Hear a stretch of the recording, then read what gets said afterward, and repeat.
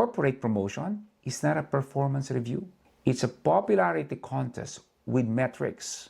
And ang mga taong na-promote, hindi sila necessarily work harder. They work smarter sa isang bagay. Hindi sa output, sa positioning. Ito yung ginagawa nila na malamang hindi mo pa ginagawa. Tatlo lang.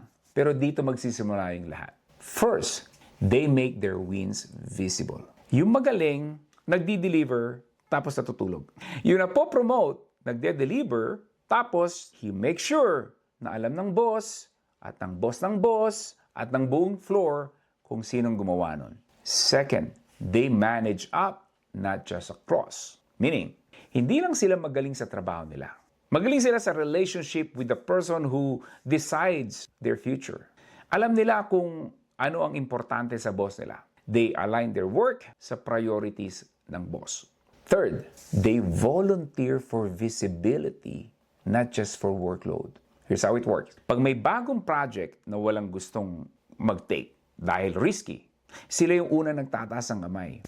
Hindi dahil trip nila yung work. Dahil alam nila na yung project na yon ay nasa radar ng leadership.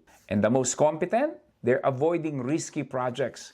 They don't want to make mistakes dahil they are known as the most reliable, remember? So yung napopromote, gustong-gusto ang visibility na kasama ng risky projects.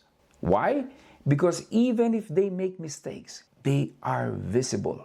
Now, don't get me wrong. Hindi ko sinasabing maging incompetent ka.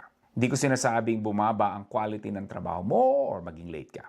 What I am saying is this. Sa corporate world, magaling ka man o hindi, kung hindi ka visible, you'll have a very little progress, if any.